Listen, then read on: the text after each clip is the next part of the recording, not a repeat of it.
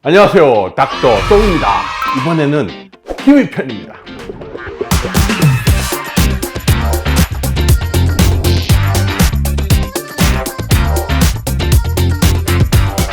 본원의 기미치료 때문에 오시는 많은 분들이 기미치료의 목표를 어디에 두시느냐, 기미치료 완치가 가능한가 이렇게 많이 물어보세요. 그러면 기미는 어떻다라고 설명을 해드리냐면, 기미는 재발이 굉장히 잦은 질환이라서 기미치료를 하면 많이 좋아졌다가 시간이 지나면 조금 올라왔다가 다시 치료를 하면 조금 좋아졌다가 다시 약간 진해졌다, 그걸 계속 반복한다.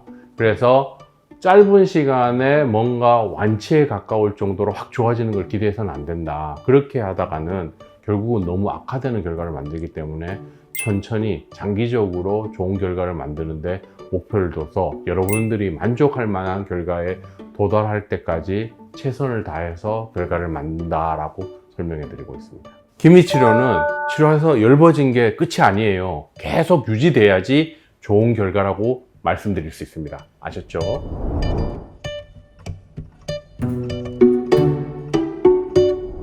우리가 인터넷 방송이나 케이블 방송, 각종 논문이나 이런 걸 보면 특정한 제품, 호호바 오일이라든지 각종 호르몬 관련된 칡즙, 마, 이런 여러 가지 건강식품들 있잖아요. 석류즙. 이런 것들이 실제로 피부에 되게 좋다고 나와요. 건강에 좋다, 피부 건강에 좋다, 이렇게 하면 사람들 입장에서 굉장히 혹할 수밖에 없는데, 그런 것을 복용하고 피부가 악화됐다고 진료로 오시는 분들이 많으세요. 이거는 뭘 뜻하냐면, 그런 것들이 혈액순환이나 혈관 확장, 혈관 증식과 관련돼 있고 호르몬 변화를 유도시키기 때문에 이런 것들은 기미를 악화시킬 가능성이 높아지게 됩니다. 그래서 본원에서는 그런 건강식품들이 언급되더라도 가급적 주의를 해라. 그래서 본인이 다니고 있는 병원의 선생님과 충분히 상담을 하신 후에 그런 건강식품 복용을 결정하셔라 라고 설명을 드리고 있습니다. 아셨죠?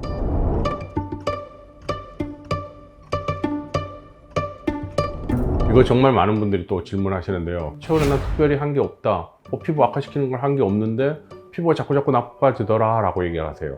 그러면 제 입장에서는 혹시 최근에 경구피임약을 드신 적이 있느냐 라고 물어보거든요. 그러면 상당수가 경구피임약을 복용하고 있어요. 물론 경구피임약을 다른 여러 가지 이유가 있어요. 다낭성 난소증후군, 생리통, 월경, 불순, 이런 것들 여러 가지 이유 때문에 먹게 되는데, 이런 걸 먹게 되면 어떤 문제가 생기냐면, 그런 약들 중에서 에스트로겐 비율이 높은 약을 복용하게 되면 이 에스트로겐이 기미 멜라닌 세포에 가서 에스트로겐 수용체에 가서 결합이 되어서 기미 세포가 멜라닌을 만드는데 자극을 줄 수 있어요. 그래서 우리가 기미의 원인 중에 가장 큰 원인 중에 하나로 보는 게 뭐냐면 호르몬 변화인데, 에스트로겐 수치가 상승하면 기미는 악화될 수 있다. 그래서 경구피임약 중에서 에스트로겐 수치 비율이 높은 것들은 기미를 악화시킬 가능성이 충분히 있다. 아시겠죠?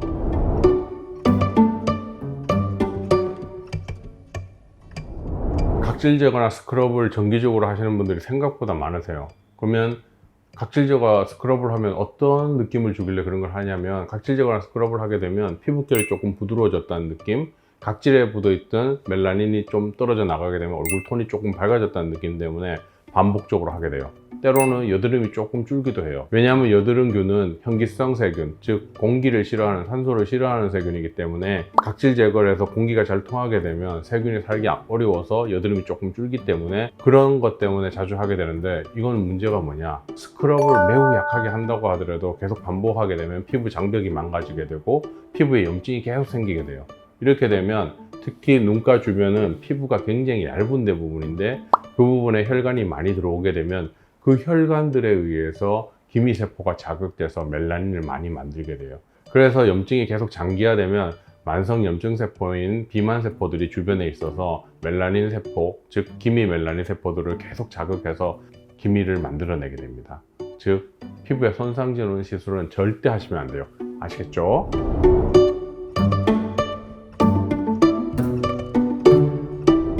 이것도 정말 많은 분들이 질문하세요. 자기는 자외선 차단제 정말 꼼꼼히 바르고 양산 쓰고 다니고 우산 쓰고 다니고 정말 나는 철저히 나 자신을 보호하는데 왜 기미가 생기냐고요, 막 이렇게 질문하세요. 그러면 저 뭐라고 얘기할 것 같아요? 기미의 원인은 단지 자외선만이 아니에요. 자외선이 원인을 제공할 수 있지만 호르몬 변화, 유전, 피부 악화, 다른 모든 것들이 기미의 원인으로 작용할 수 있는데 그분들 머리에는 자외선만이 기미를 악화시킨다고 생각을 하고 있는 거예요.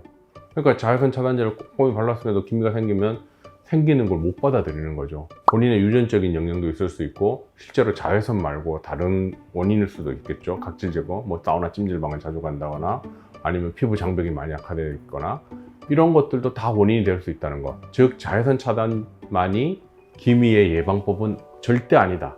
꼭 기억하세요. 지금까지 기미 약화 예방법 5가지를 말씀드렸는데 앞으로 저에게는 5가지 방법이 더 남아 있습니다. 꼭 시청 놓치지 말고 해주세요. 아셨죠?